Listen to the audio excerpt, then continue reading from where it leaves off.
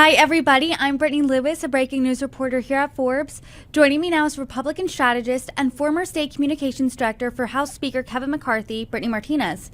Brittany, thank you so much for joining me once again. Thanks for having me. As we sit here right now, we are 1 week away from Election Day, and former President Trump over the weekend held a massive rally at Madison Square Garden in the center of New York City. And at that rally, something that really overshadowed his speech, what really stole the headlines, were multiple speakers making multiple racist and offensive remarks aimed at Latinos, Black Americans, Jews, and other groups. You hear these remarks, you hear what some have called jokes. They didn't sound like jokes. What's your response? I agree. I don't think they necessarily sound like jokes. Maybe if you were in a comedy club, sure, but you were at a political rally. People can say, you know what, this isn't what the president believes, and the campaign was quick to come out with a statement following that comedian's remarks.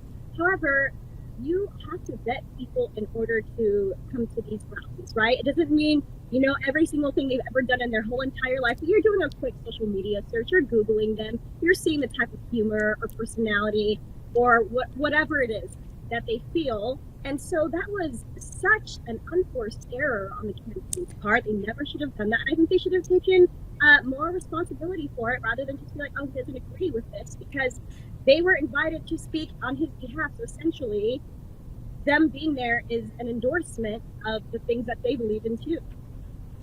To your point, that did seem like an unforced error. Was this a distraction to the Trump campaign? Was this potentially an October surprise? Would this turn off voters that are on the fence? We always talk about an October surprise, and I was waiting for something, the hat to drop, or excuse me, another shoe to drop. This is a little bit of a surprise. I think if the folks were already planning to vote for him, I don't know that this necessarily changes their minds, but you're right, there's those folks who are on the fence that perhaps they're kind of waiting until the last minute to decide where to vote, and this can be something to deter them. I don't think this necessarily brings more people into the fold when you offend, all these different demographics and voting blocks. I could be wrong, but I don't think he really did anything to win friends with this MSG rally. And it's really interesting because Donald Trump in this election season has really made inroads with Latino voters, particularly Latino men. And as you and I have discussed, this race is really coming down to those 7 battleground states. And in Pennsylvania specifically, where among the 7 swing states that has the most electoral votes, over 3.5% of the population is Puerto Rican.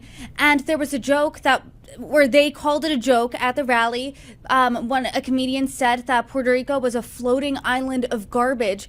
If you're one of those voters, does this have the potential to sway the race? Are you concerned that this turns off that part of the electorate? I do think that this has a potential to sway some of those voters against Trump, but you also have to keep in mind kind of what we talked about earlier, the comedian, right, saying these comments. Yes, like he was the one who said these comments. We have to recall that earlier in the week, Trump called the U.S. a dumping ground and a garbage can. So it's not like this rhetoric is, unknown to MAGA and Trump, right? And so, yeah, I think when you have a comedian up on stage who says all of these sort of crazy things in a capacity where it is not a comedy club, I do think that's problematic for the Trump campaign. And I think they should be doing more to reach back out to those voters and make it clear that, that's not how they feel. However, they have one statement. I don't think that they're going to double down on that. Yeah, the Trump campaign distanced themselves pretty immediately. Yesterday, on Monday, Senator J.D. Vance was asked about the remarks. He admitted that he didn't watch the set, but he said this, quote, "I think that we have to stop getting so offended at every little thing in the United States of America. I'm so over it." How do you think that response lands? Do you think they should have said more? What does that look like? I don't think that's the appropriate response. You're running to be vice president of the United States. I think he should have been more diplomatic about it. I think that's something that's sort of been missing within the Trump campaign in general. He should have taken a stronger stance. This isn't the first time that we've seen J.D. Vance sort of speak in a way that doesn't totally, address the concerns of Americans, like when he was talking about the cat ladies and the unmarried women and stuff like that. So I'm not surprised that that's sort of what he said and that it fell short. But yeah, it's okay to have jokes and to be funny. But this wasn't a roast of the American people. This was a rally to get them out to vote. And if the comedian did want to do a roast, he should have just been on the former president and JD Vance. And that would have been a lot funnier. And maybe people would have been like, you know what, they can make fun of themselves. I don't mind that. To your point, I mean, we are 7 days away from an election day, and when you're trying to get every single vote you can possibly get, trying to get new groups, trying to reach across the gender gap there, maybe roast isn't the best strategy, but we are 7 days away. So what does the Trump campaign need to do now? Is it clean up from this event? Is it talking about the issues? You're the strategist here. What would you advise them to do?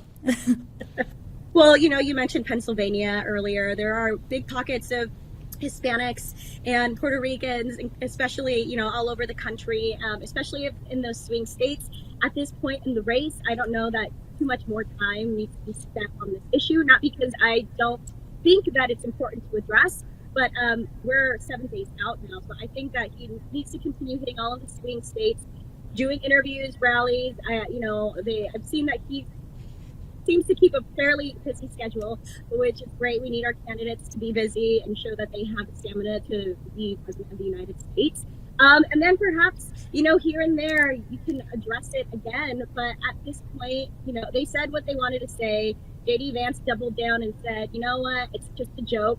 I don't really see them going in a different direction. And once again, we find out that Trump is sort of his greatest enemy. Now, it was someone else who said these comments, right? But again, he said the dumping ground and the garbage can. So really, he was probably the one who inspired this joke in the first place. And he's also been saying recently that the greatest threat facing the country isn't China, it's not Russia, it's the enemy from within. And he's talking about Democrats. He even named a few, one of them being California Democrat Adam Schiff. You hear this type of rhetoric. I mean, as a Republican, what are you thinking? Are you thinking, hey, stop? Are you thinking this is just Trump? Can we just say this is just Trump anymore? The problem with just Trump is that other members of Congress or senators or local officials, right, city council, whatever, they pick up on this rhetoric and they begin to mirror it. And I don't think that's healthy. Now, I'm not a fan of Adam Schiff in any sort of way. I think that he is not the best member of Congress. I am a Republican. I'm just not a fan of Trump. However, I think using language like that against your own fellow Americans is not necessarily helpful in moving our country in a way where we're partaking in civil discourse in an appropriate way where we can have conversations and disagree. It's okay to disagree, but I think we need to be smarter about the language that we're using, which is something that Trump hasn't necessarily done. He's been very divisive with his language since he's been running for president. I don't think that's healthy for our country. I do want to ask you about some of the top issues before I let you go. And one of those, as we know, it's no surprise, is the economy.